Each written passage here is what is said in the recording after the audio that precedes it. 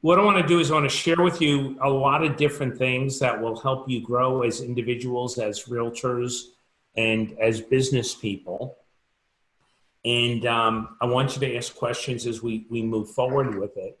But what I did was I put together a group of details that will help you become stronger and, bottom line, help you do more sales and help you become even more organized within the different systems and operations you have, within the team and the business. So I'm going to start with the list. I'm going to ask you to take some notes.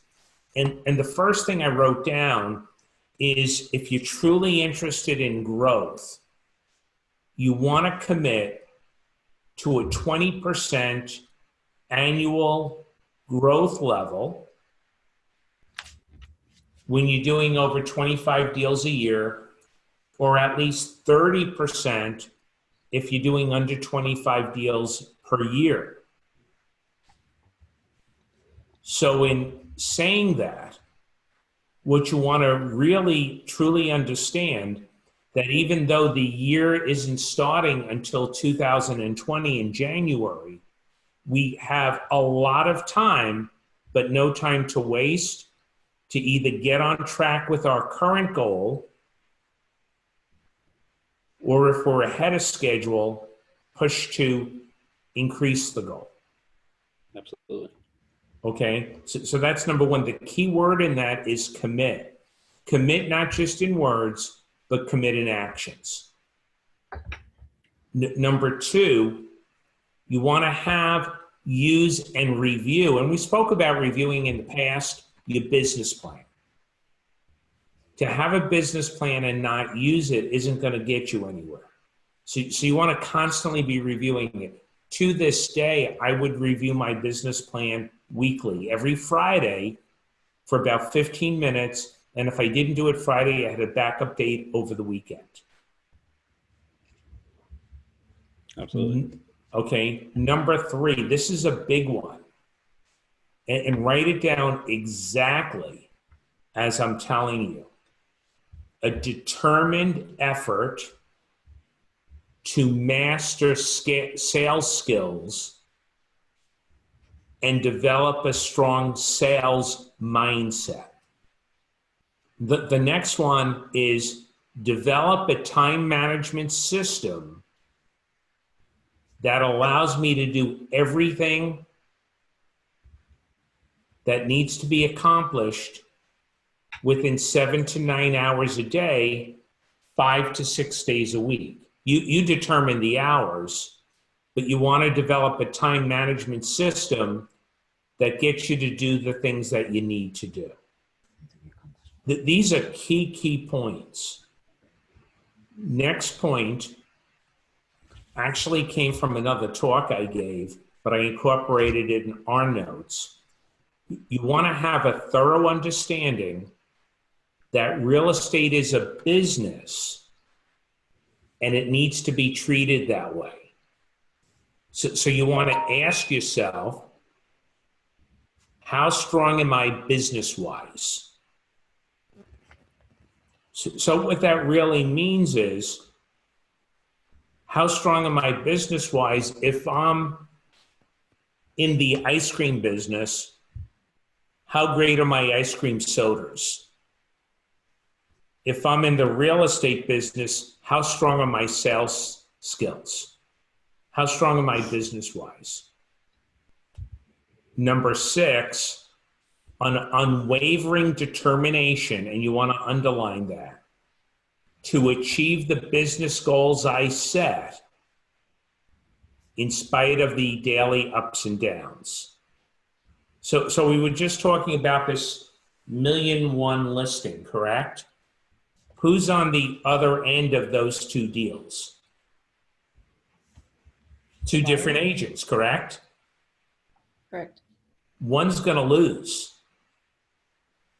That agent needs to have an unwavering determination to achieve his or her business goals in spite of the fact that today they lost a deal. And you want to never judge your career by one day or 1 week or 1 month or even 1 quarter. Okay? Make sense? Yes, sir. Yep. Okay. Is everyone writing this down? Yes, Yep. sir. Okay. So the next thing, this is a big one. Continue movement away from unproductive real estate activities. Continue movement away from unproductive real estate activities. And I'm going to ask someone to read that to me, like they really mean it. Okay, who's going to read it? I can read it. Okay. Continue movement away from unproductive real estate activities. Okay, and that's what you're doing. You're reading it, but I want you to say it like you really mean it. Continue movement away from unproductive real estate activities. Okay, good. I got it. I'm going to continue my movement away from unproductive activities that aren't going to make me money. You're not going to show homes to people who aren't pre-approved. That's Not right. gonna waste.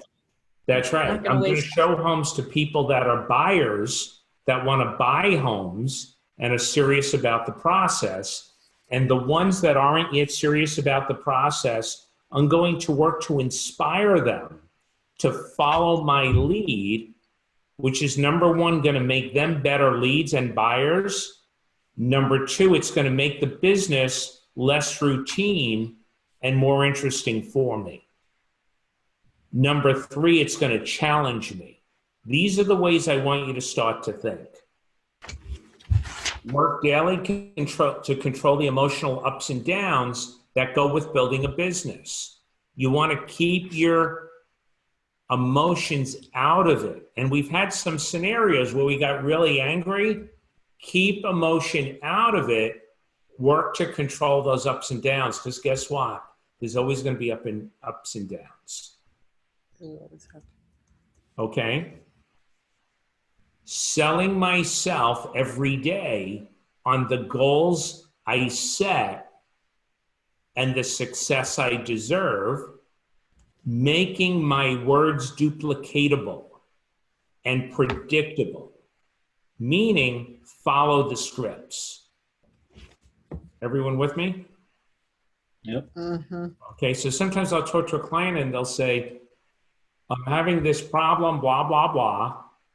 And I'll say, did you follow the script? And they'll say, yes. And I'll say, what did you tell them? And then they'll tell me, and it has nothing to do with the script. I said, that's not the script. Tell them this, because I know the scripts. And they say, oh, I said that. And I'll say, no, you didn't. You just told me what you said. Follow the scripts. Make your words duplicatable and predictable. Now, here's a big one, because this holds people back like you wouldn't believe, and I'm going to explain it. You want to remove your ego from the business. So what happens is we develop this ego because we're either doing great or we're not doing where we want. We're not where we want to be, but we're still developing this ego, and it gets us off track. So I'm going to give you a couple of examples. And then if you feel it's apropos, then you may want to highlight it and you want to make the correction or adjustment. So what a lot of people do when they don't remove their ego from the business, number one, and I listed 3 different things. Number one, they don't stay on their schedule. And they don't stay on their schedule in many instances because they think they're too busy. You want to definitely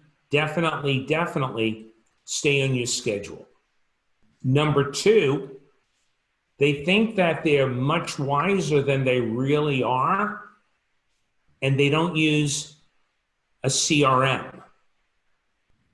In other words, they're not working with the tools that they have because they believe that they're better or they don't have the time.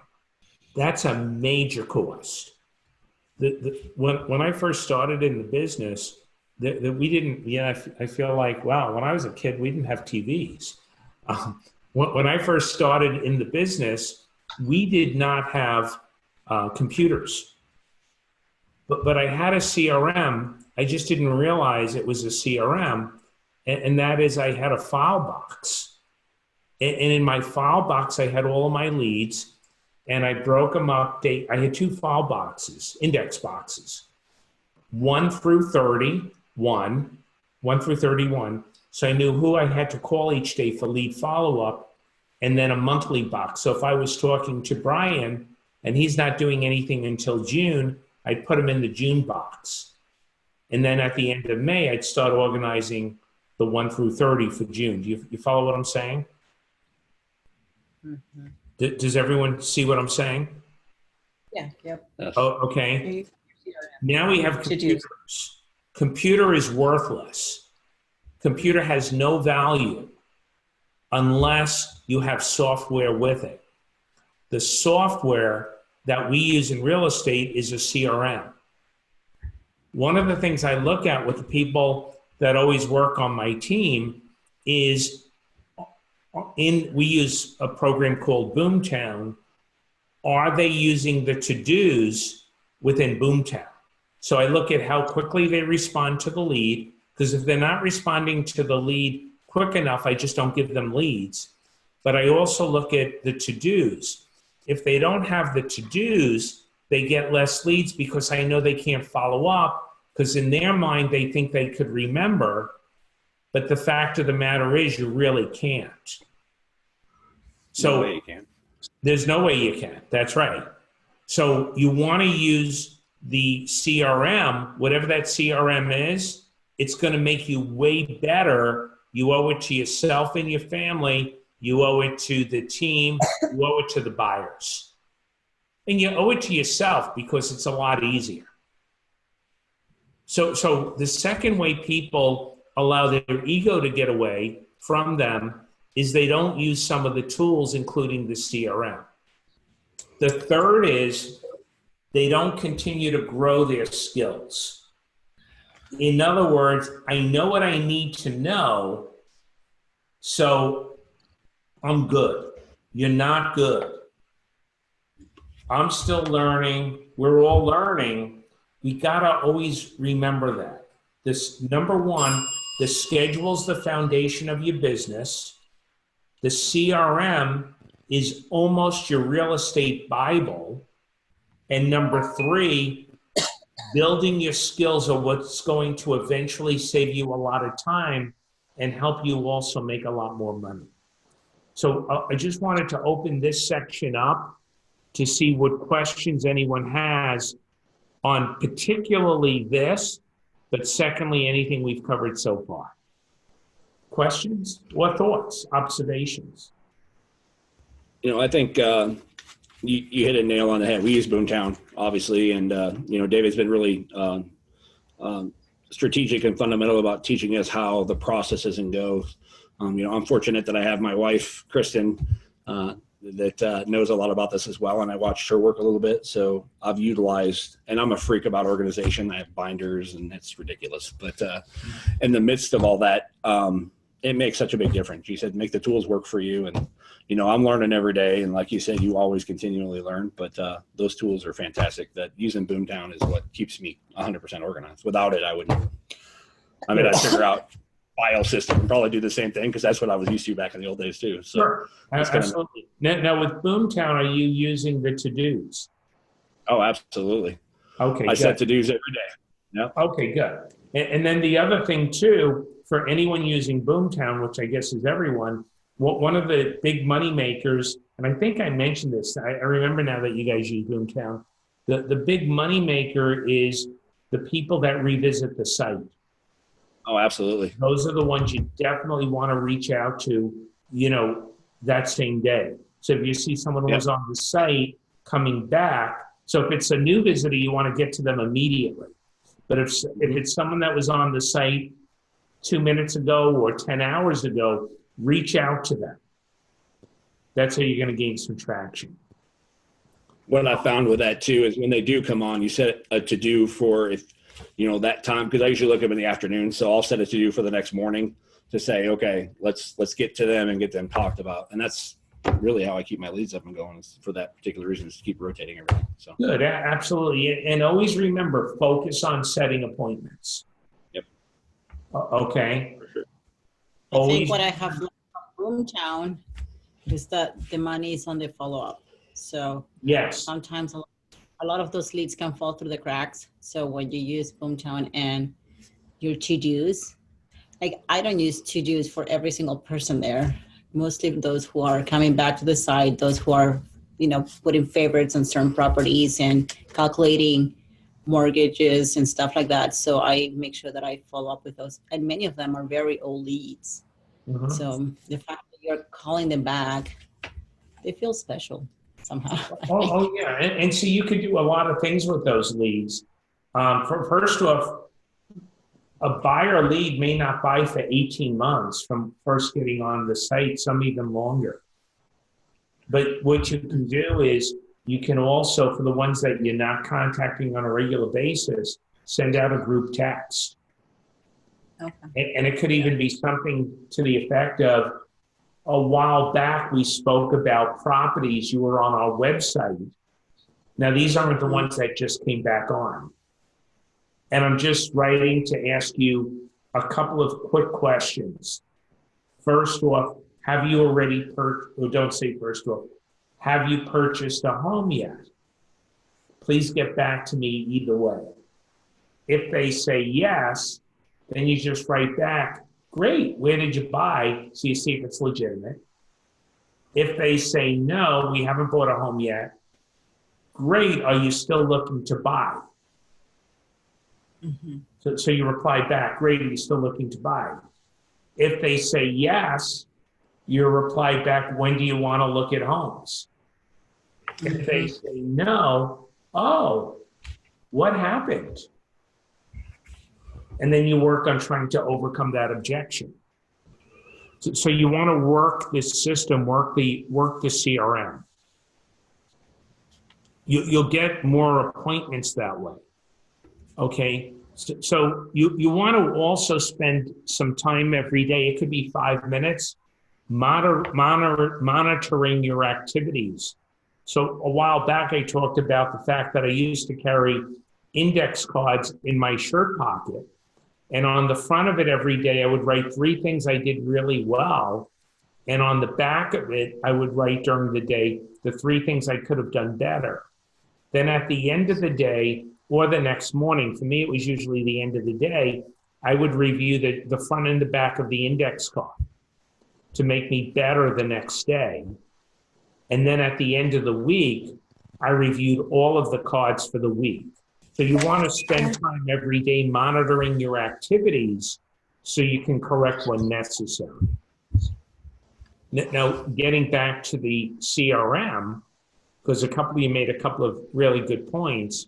What you want to do is you want to be consistent in successfully using the CRM and updating the leads. The mistake I made when we first started with Boomtown is I wasn't as focused on having the agents do that. And then what I did was I hired a company to call the leads. And there were probably, this was after about a year, there were probably about maybe 60 deals, 60 people that bought, but didn't buy from us.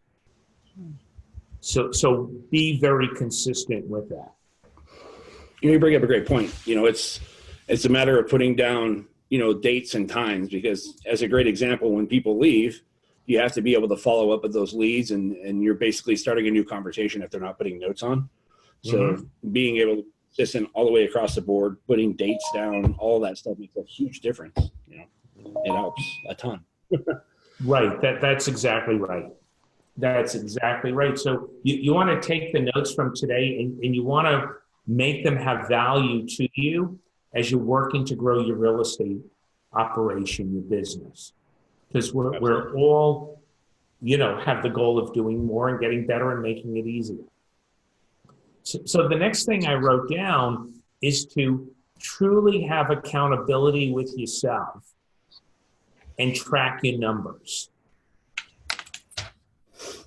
As a matter of fact, one of the things that, like when David and I are talking, I'll say, make sure you put that down or whatever. And he'll say to me, if I don't write it down, I look at it like it didn't happen. and it's really powerful. So you want to track your numbers and you want to look at your goals. So let me ask you a question. Okay. Any of you now in the past play any type of sports, basketball, golf, lacrosse, anything? Yep. Yeah. Okay, so think of it this way. So if I'm playing basketball with some friends, we're playing and we're getting some exercise and all that good stuff. Then someone says, let's keep score. Guess what happens? The level of the game goes up. Would you agree? Yeah. It goes up. That's one of the main reasons you want to track your numbers. You want to track your numbers because number one, it's going to give you a history which is going to help you in the future. But number two, if you're serious about tracking your numbers, your game's going to go up. So if you're playing basketball or golf and no one's keeping score, you're not going to be as focused as if you're keeping score. Everyone agree with me on that? Yes, sir. Yeah, this is like that. So keep your numbers, track your numbers, use your numbers, and you're also going to be able to tell as you're progressing and doing better. If you don't write it down, it's not going to happen. That includes the numbers. So you want to get to the point where you can say, every time I talk to 20 people, I get a buyer appointment. Every 40 people I talk to, I get a buyer deal. Every 28 people I talk to, I get a listing. Every 20 sellers I talk to, I get a listing. And every 14 sellers I talk to, I get a listing appointment. You want to track your number. And like with our group, they turn in those tracking numbers. Without the numbers, we don't have leads. Okay, so track your numbers. It's going to make you better. And again, use the tools that you have. The next thing I wrote down is you want to make a commitment to do effective and consistent prospecting daily. A commitment to do effective and consistent prospecting daily. It's okay to understand you may not ever master it, but you're going to work on it every day. A commitment to do efficient and consistent prospecting. Okay? Consistent and effective prospecting every day, no matter what. Every working day, excuse me. So if it's a day off, I'm not saying you need to lead generate. Well, you're going to have to because this is an ongoing business. So if you don't do it every day. No, but if you're taking a day off, I'm fine with that. Yeah. I'm okay with that because, see, sometimes you need to recharge also. Make sense? Mm-hmm. Okay. Yep. So efficient and consistent. So it's not just consistent, efficient. And what that means is a high focus. Next one is a big one. If you have a highlighter, I would highlight it. Last one was a big one too. A strong commitment to both past clients and center of influence individuals. And here's the big part, and doing something about it every day. What are some things that you like to do with your past clients? Well, I call them every 3 to 4 months. I call them on their birthdays. We send them cards on their birthdays. You know, and in most instances, not all, but in most, it's a husband and wife. So there's, 2 people. We call them around the holidays. We send them a newsletter. Every, I think it's every other month is what we do, but we call them every 3 months, 3 to 4 months. And we also, just have, different events sometimes. So we're always in contact and communication with them. And also what we do is we work on adopting the client. So when someone is buying our listing, we'll, after the closing, because at the closing, we'll say, oh, when are you moving in? We'll show up when they're moving in with an ice chest with water and iced tea and those peanut butter snack packages and just get to know them. Sometimes we'll show up with pizza, but we're adopting them. We're going to win them over, so then they refer their business to us. Smart. I like that. Yeah, and it works. It works. It works to the effect of several $100,000 a year. Okay, so what you want to do is make a strong commitment to past clients, center of influence, and also those folks I was just talking about. I call them adopted clients, and doing something about it each day. Next point. You may like doing it, you may not like doing it, yet you want to. You may not want to, but you need to. And that's work on mastering the basics. And the basics are prospecting, lead follow-up, negotiations, making the presentation, having a really good presentation, and closing. And what I find is most people, meaning most agents, the biggest challenge is closing. And if any of you have that challenge, I want you to think of it differently. Forget it's a closing, not a closing. Forget it's closing the prospect. I want you to realize that all it is are words. Closing someone is only a set of words. To do everything you got to do and then not to close is a waste. But here's the best part. It's not only words, but it's simple words. I'm going to give you a couple of them. Let's move forward. That's a close. If you want to be more complicated, let's move forward. Makes sense, doesn't it? Based on the homes we've seen, let's write an offer. It's the right thing to do. Wouldn't you agree? Let me help you get that new home. Let's write an offer. Or let's write a contract. Those are closes. Is that complicated? No. No, it's just saying them. It's in our mind. First off, you want to recognize that our mindset plays games with us. And our mindset tells us closing is not good. And I don't want to do anything that's not good. But what you want to realize is that as a good person, you're not going to suggest something to somebody that isn't going to be of value to them. Okay? So if you're closing on something that is good, there's nothing wrong than closing, and closing is nothing more than words. And don't be salesy. Just let's move forward. If you don't close, you could be hurting them, can't you?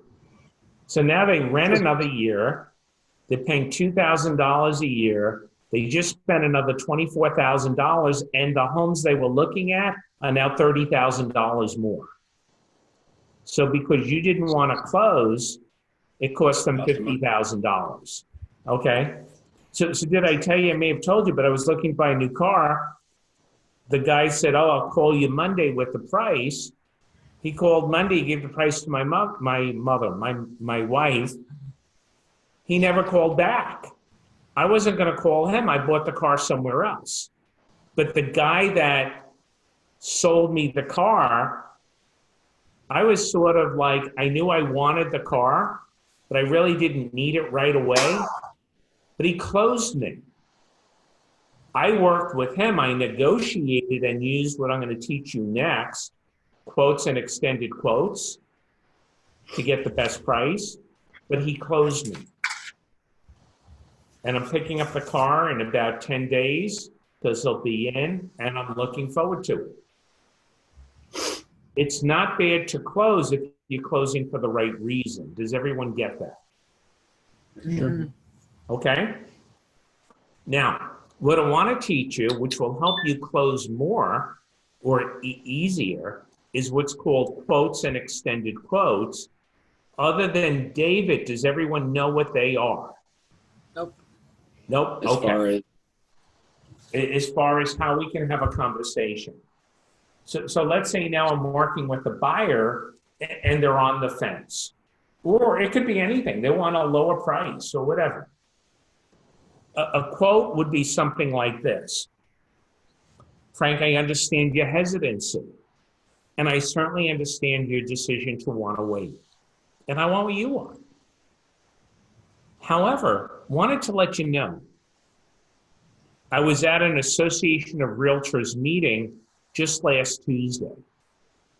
And the speaker there said, tell your buyers, if they're on the fence, don't wait.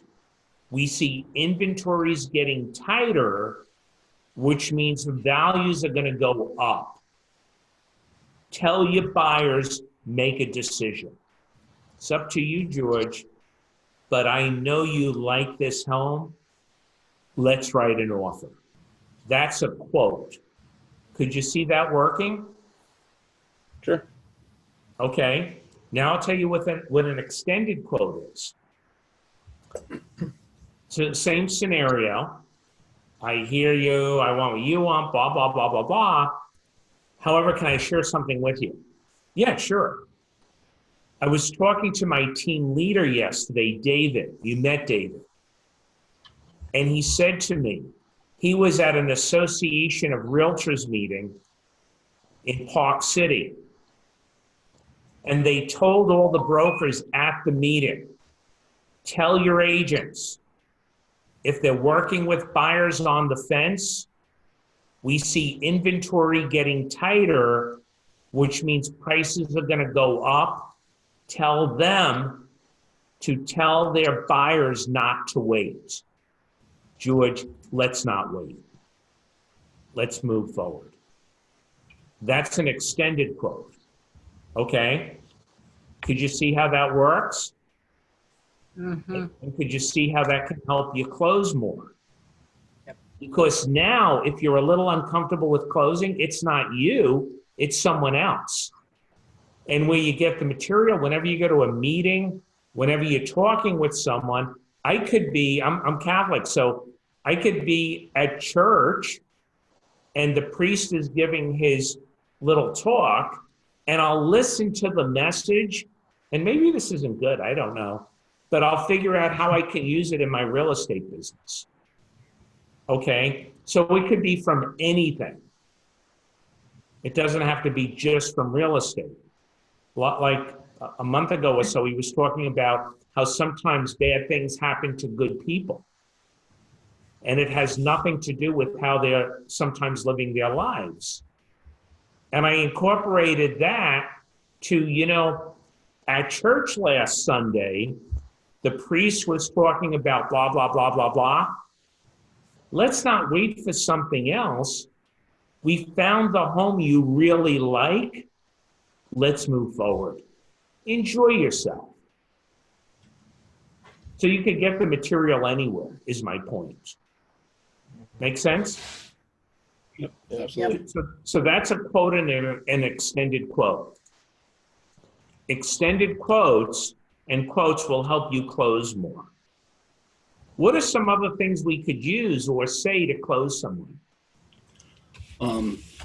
Things like, I see that you're super interested in this house. I see that you have that passion and that spark about it. That's pretty rare when you're looking at homes. And I think that it's important that if you feel that this might be the right home for you. So let's move forward and make this happen for you. Make this your future home. Okay, good. So I'd make a couple of changes. I would eliminate the word think because that creates uncertainty. I think that this could be the right home means maybe it is. See, in their psychology, it could mean it is, but maybe it's not. So you may want to replace that with I'm clear.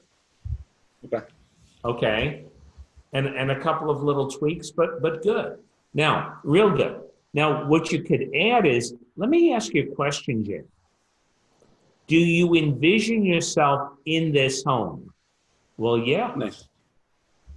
And what would you do? What would be some of the first things you would do when you own it? Oh, we'd repaint. Oh, great. What color would you paint it? Blah, blah, blah. Oh, that'd be perfect. You know, standing here on the patio, I can almost smell those steaks cooking. Can't you? Nice. When your friends and relatives first come to visit and they see the front of your home, what do you think they're going to say? Now, if it's a dump, you may not use that. Let's get the house. Let's have them over. It's going to be fun. You're a yes, right? Those are closes. So you need to practice those. And you want to know when to close. So you're going to have different closes throughout the process. But what you want to do is you want to get a series of yeses. What do you think is the main reason we don't close?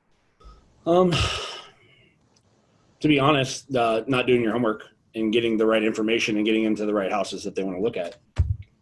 Okay, so that could be. But you know what the real main one is? If I broke down everything, and you may not agree with me, but I think if you think about it, you really will. It's ego. Oh, yeah, sure. Okay, because we're afraid we're going to get the no, and that makes us look bad, or we're afraid they may not like us because we're helping them get something that they really want. So what you want to do is you want to recognize that sometimes we fear closing for whatever reason, but as long as we're closing them on something good, it's going to be to their benefit. And you want to know something that will help you feel more comfortable closing? And I say this without disrespect. I'll even include myself in it. None of us are that good of a salesperson, or we can get somebody to buy something they don't want.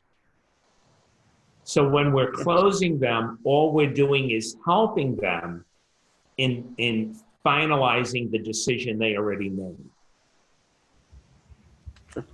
Okay. I think many times our clients are worried that they're making the wrong decision. And I think it's important that we need to be there and with certainty assure them that they're making a good choice.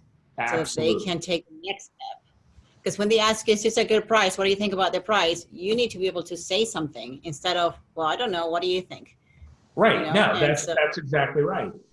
And it helps them. When they see that you're interested in helping them, they really want to keep going forward. Exactly. They trust you. That's exactly right.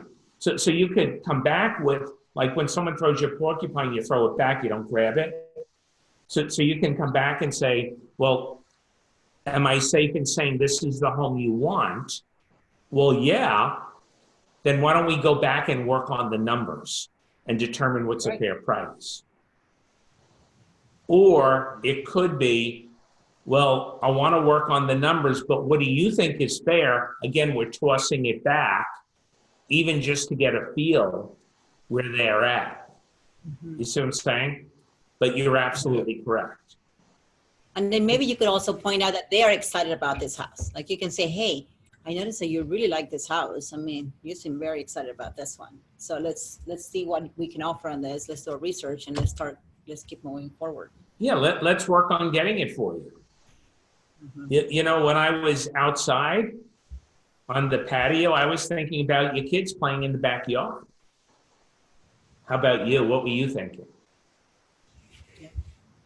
Okay. Now, if it backs up to a highway, you may not want to say that. I'm just teasing you. Smell the smog. Yeah, exactly. I could almost smell that smog. Okay, so what I'm going to ask you to do is practice scripts. So you don't need to learn 50 scripts. Learn one script, then you learn another one. You only need a couple of scripts. Practice closing. And that's something you should do with each other. Become comfortable delivering closes. As good as you may be great at it, you may be terrible at it. I don't think anyone's terrible at it, but regardless of where you are, work on improving your lead follow-up and pre-qualify 100% of the time. Very true. Okay. Sounds good. Good plan. And I wrote down a couple of other things. Learn that objections are part of the business. Learn objection acceptance and embarrassment is part of the process, which will lead to long-term growth. We all go through that where we don't know what to say. The more we practice, the better we get. And I wrote down two more things.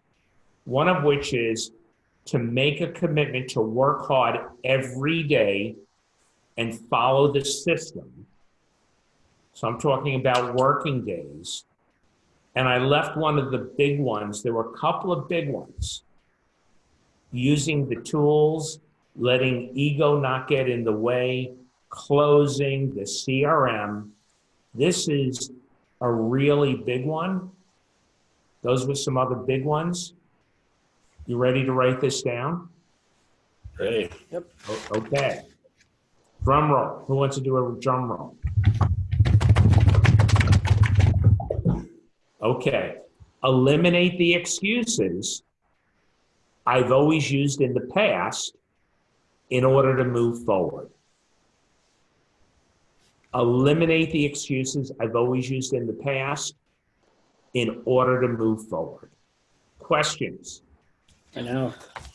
Feel good. You know, we went over a lot of objections and stuff with David already, and you know, we continue to all work on them together and kind of get better as we go forward, as you said. So, you know, all this stuff. Thank you so much for giving us some more notes. I got 8 pages here, so it'll be good. Good. Well, but you know, it's David. He arranged it.